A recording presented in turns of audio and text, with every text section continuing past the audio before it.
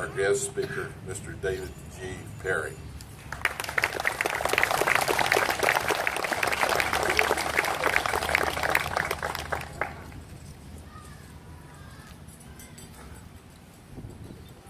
There is one correction.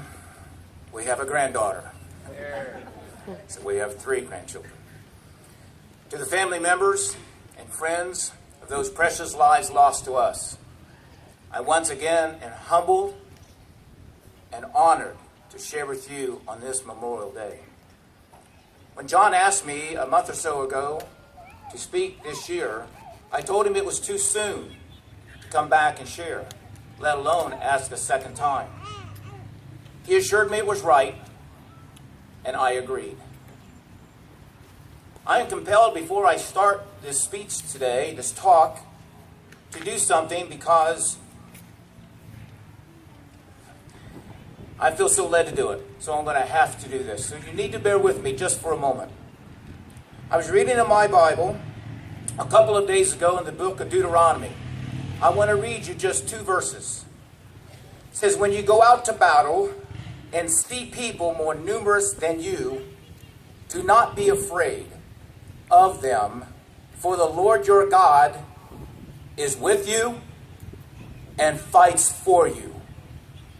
The Bible was clear that God said those who bless Israel will be blessed. Those who curse Israel will be cursed.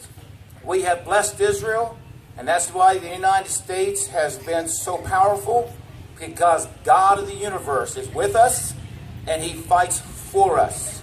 And that's why we're victorious. In 2015, I shared with you from 2 Samuel chapter 1, when David heard the news of his dear friend Jonathan dying in the heat of the battle. Later on, at the end of this talk, I'm going to share with you out of 2 Samuel chapter 11 about another soldier who will die in the fiercest part of the battle. On this day, on May 29th, 1942, Adolf Hitler ordered all Jews in occupied Paris, France, to wear an identifying yellow star. By the end of the war, 70,000 plus Jews out of France alone would lose their lives. On June 6th of 1944, on D-Day at the landing of Omaha Beach, Normandy, over 2,500 soldiers lost their lives in a single day. During World War II, a 20-year-old fights in a campaign where 7,000 soldiers died. Shortly after that campaign, he sits down to write his mother a letter. I want to read you that letter. "I am in the best of health, Mom, and I hope to hear the same from all of you always. Well, things here are moving pretty smooth, and the only thing I do is eat and sleep. And if I keep it up much longer, I'll be a barrel. Love, Babe." The next letter his mother receives informs her that her son died 8 days before his 21st birthday. But this mom refuses to believe that her son wasn't coming home.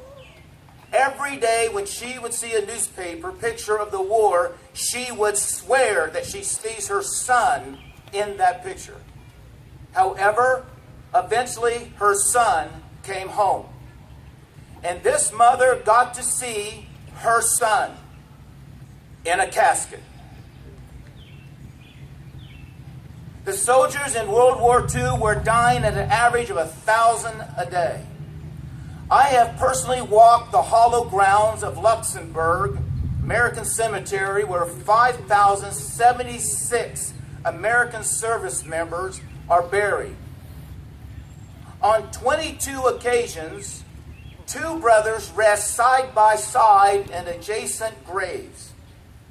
I stood in front of a particular white cross in Luxembourg, and it reads this, simply, "George S. Patton, Jr., General, 3rd Army, California, December 21st, 1945. Because what you and I have to understand, from the lowly private to a 4-star general, there is only silence and the memory of their sacrifice. A few years back, I got to meet Jim Downing. He's 103 years old today, and he's the second oldest survivor of Pearl Harbor. What a remarkable encounter I had to talk with him. 2 years ago, he gave a speech at 101. He made a statement that profoundly impacted me, and I want you to hear his statement. He said, "The saddest thing I saw that morning was sailors being blown off the ship, come up out of the water, feel the oil on their bodies, and they became human tortures." Human tortures. My father was an Army veteran. My father-in-law was an Army veteran. My uncle served in most of the other branches of the military, and relatives and friends. I do come from a history of military service. There have been great quotes made on Memorial Day by great men and women. If you Google them, those quotes usually will appear in the top 10 almost every year. But I'm here to tell you this morning that there is no word. There are no words. There is no sentence. There is no speech. There is no ceremony will ever do justice to the men and women who sacrificed their lives for our lives, for our freedom, and for our way of living. When a military person dies, there is a loss suffered by all kinds of family members and friends. There is no report, there is no figures or numbers that can measure the generational loss of a military person. All future events and generations are altered every time there is a loss of these precious lives. History is forever altered by a single loss of a life cut short. Only those closest to a hero will be impacted over their lifetime by their memory. With good intentions, even you and I, our memory will fade. However, as a nation of free people, won and secured in a contract shed by blood, we cannot afford to forget those who sealed their fate on the battlefield of freedom. We owe them a debt we cannot repay. I repeat, we owe them a debt we cannot repay. Air Force Captain Lance Sejan was shot down in Vietnam on November 9th, 1967. When he awoken, he was in a semi-conscious state. He had a compound fractured leg, the bone sticking out of his leg. He had a fractured skull. 2 days later, he falls into a sinkhole, injuring himself even more. For 6 agonizing weeks, he avoided capture. But on Christmas Day, they caught him. They tortured him. But Captain Sejan was dedicated to the code of conduct. For you that are not a military, you may not know what the code of conduct is. The code of conduct is this, that he is not allowed to reveal military information. He was tortured and close to death when they transferred him to Hanoi. He was over 6 feet tall and weighed less than 100 pounds. Between beatings, he would get with his cellmates and go over camp security. He would plan escapes with these men. His fellow cellmates heard him say when he was tortured on one occasion before he died, "Don't you understand? I'm not going to tell you anything. I can't talk to you. It is against the code."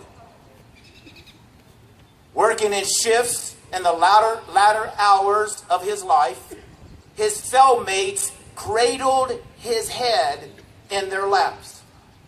They talked to him quietly, and they talked to him about his courage and his faith. In the end, the guards came one last time.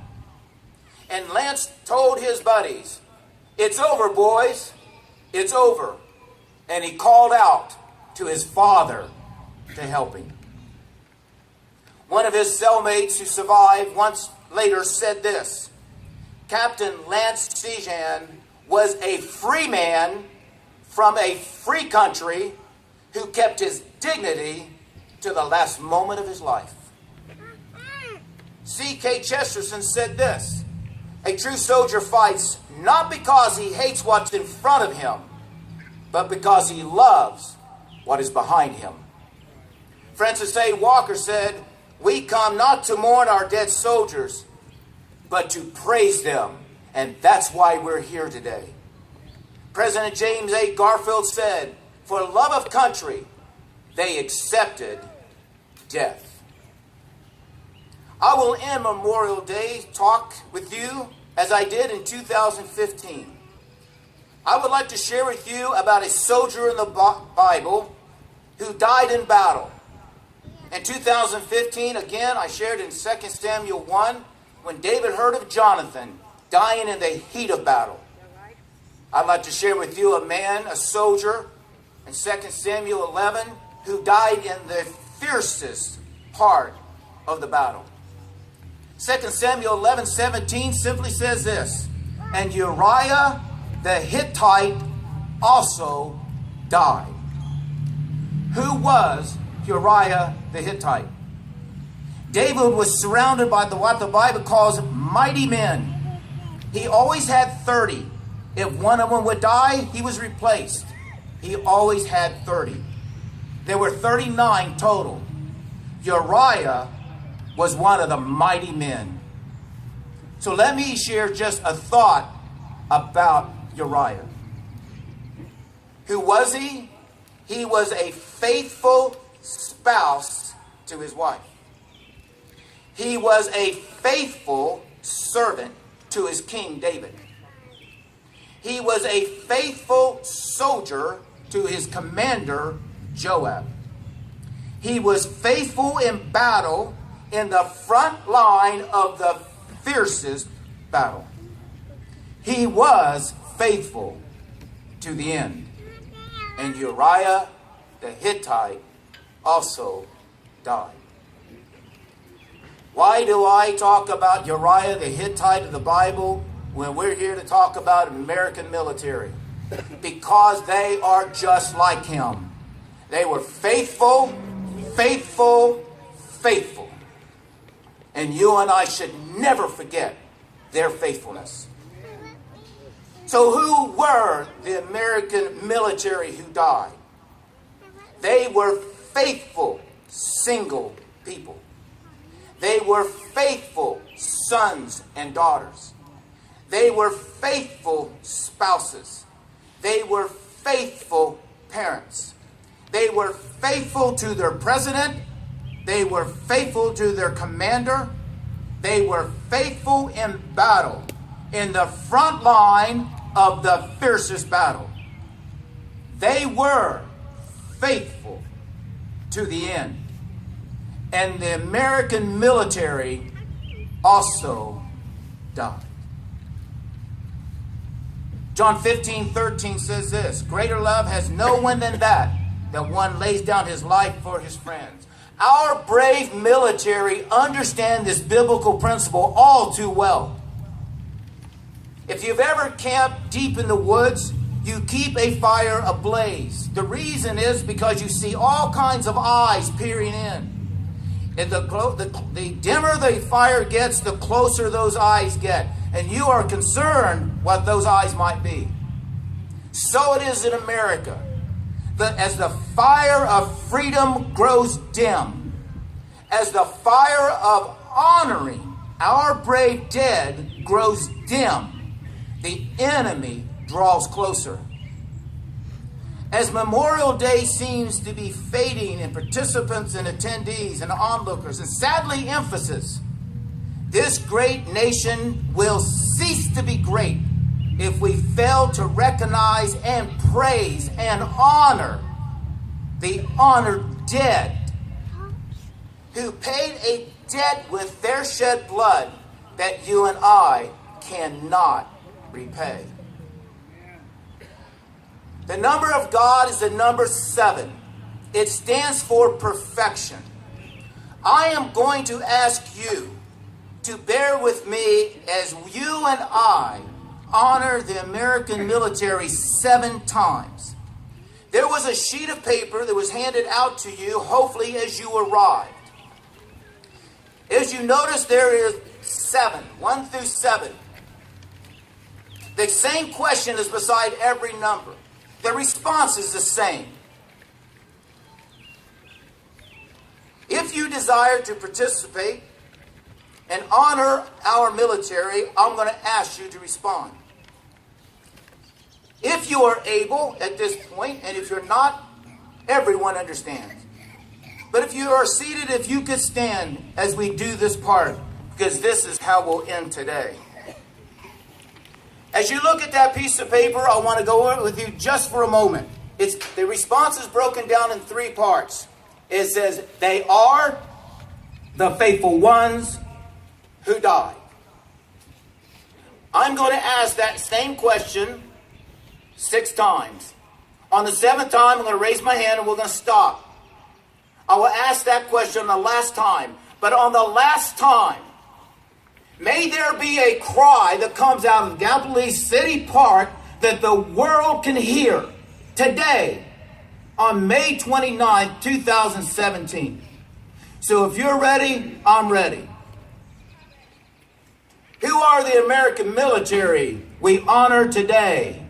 They are the faithful ones who died.